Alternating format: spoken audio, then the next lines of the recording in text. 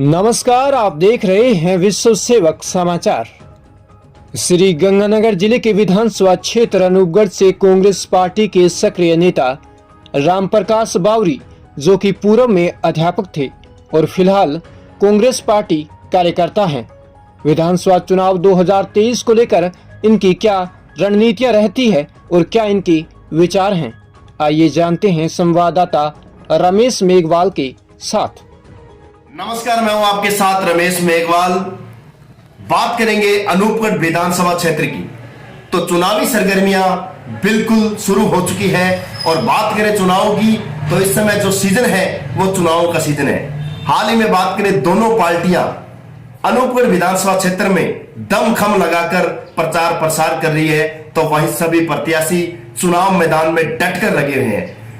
ऐसा ही एक नाम इन प्रत्याशियों के बीच में बड़ी सुर्खियां बटोर रहा है और जनता के बीच में शानदार तरीके से वर्चस्व बनाने का प्रयास कर रहा है। जी हां, मैं बात कर रहा हूं रामप्रकाश बावरी मेरे साथ मौजूद है।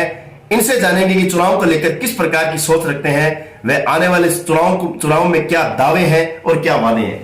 रामप्रकाश जी, सबसे पहले तो स्वागत है आपका। मैं अपना परिचय दे देता हूँ। हाँ जी। मैं मास्टर रामप्रकाश बावरी हूँ और अभी 31 दिसंबर 2022 को मेरा रिटायरमेंट हुआ है। हाँ जी। और अब मैं चुनावी दौड़ में हूँ, कांग्रेस पार्टी से हूँ।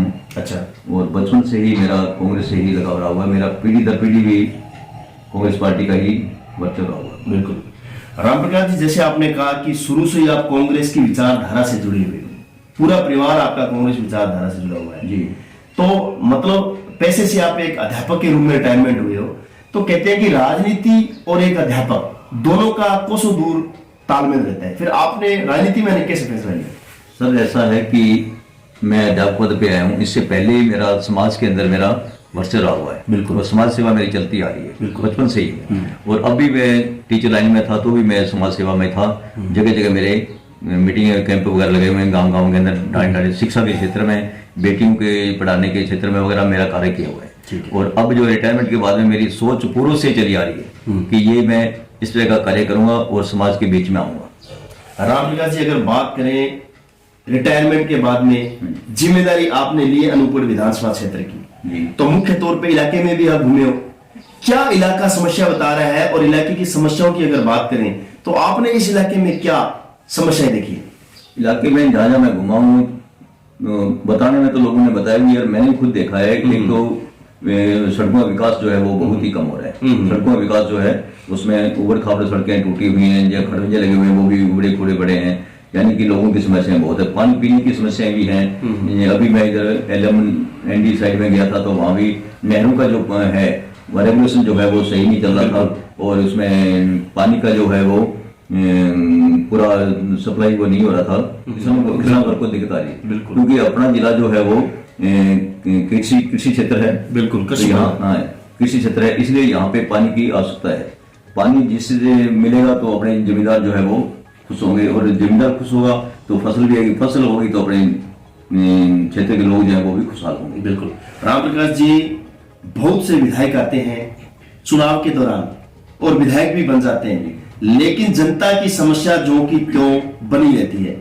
जनता आपको ही क्यों चुने? मान लो कल को आपको मौका मिल जाता है, पार्टी आपको टिकट देती है, तो आपको ही जनता क्यों जिताए?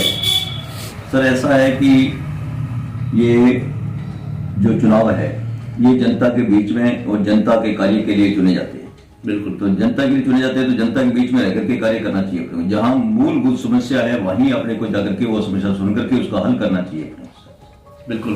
रामप्रकाश जी, भारत जोड़ो यात्रा और हाथ से हाथ जोड़ो यात्रा कांग्रेस मुख्य तौर पर ग्राउंड पर नजर आ रही है, लेकिन बात करें अनूपगढ़ विधानसभा क्षेत्र की तो यहाँ पर कांग्रेस अपना विधायक बनाने में असफल रही है।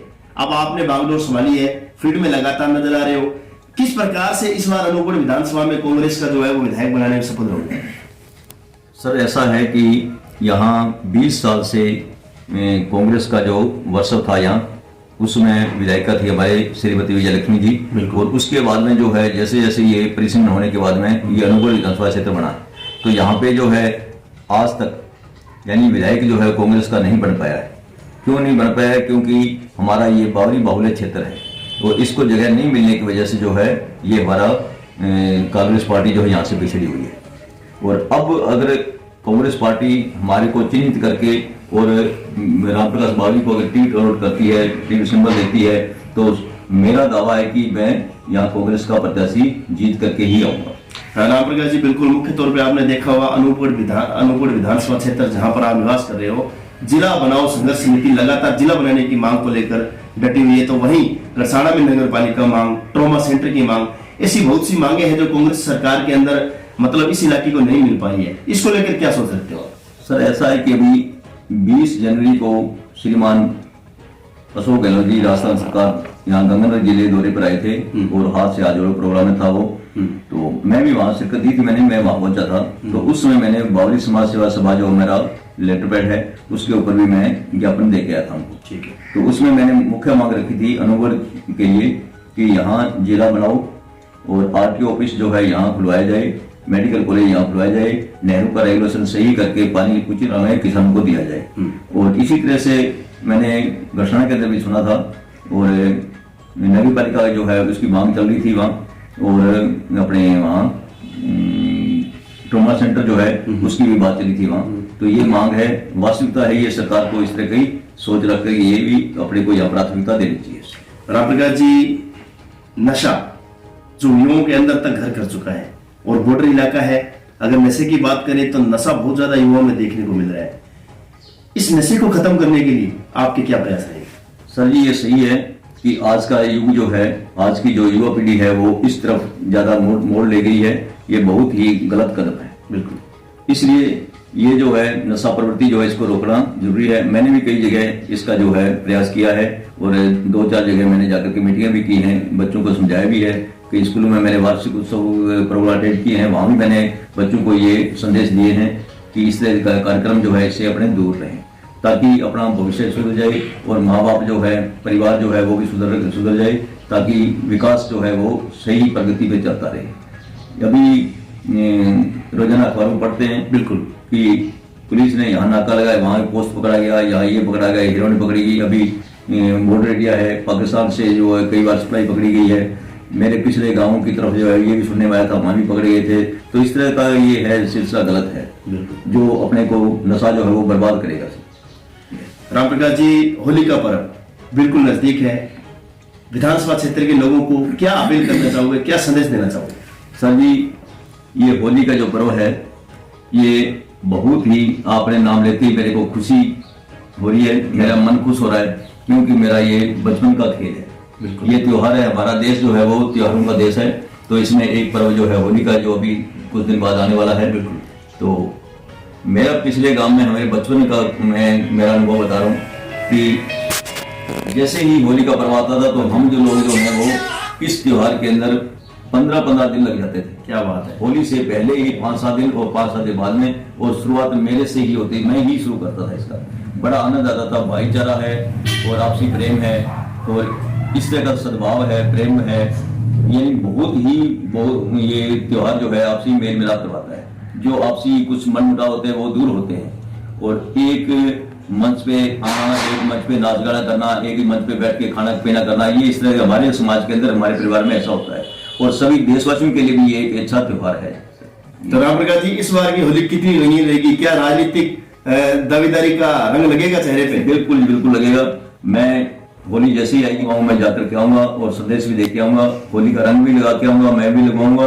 और ये राजनीतिक दौर है, राजनीति का दौर चल रहा है, इसका भी रंग आएगा, बिल्कुल आएगा सर। शुक्रिया सर। तो आप देख सकते हैं मेरे साथ आज खास मुलाकात में राम प्रसाद बावरी, विधानसभा अनूपगढ़ की दौड़ में एक नया नाम। हालांकि सेवा नई नहीं है, पार्टी के साथ पुराने समय से जुड़े हैं, लेकिन जैसे ही नाम आया इलाके में एक चर्चा का विषय बन चुका है। होली का पर्व है, इस होली में किस प्रकार से राम प्रकाश जी बावरी के रंग लगता है और जनता कितना सहयोग करती है, ये तो आने वाले वक्त में पता चलेगा। तब तक जुड़े रहिए हमारे साथ। मेरे सहयोगी साथी विकास पारिक के साथ रमेश मेघवाल, गड़साना।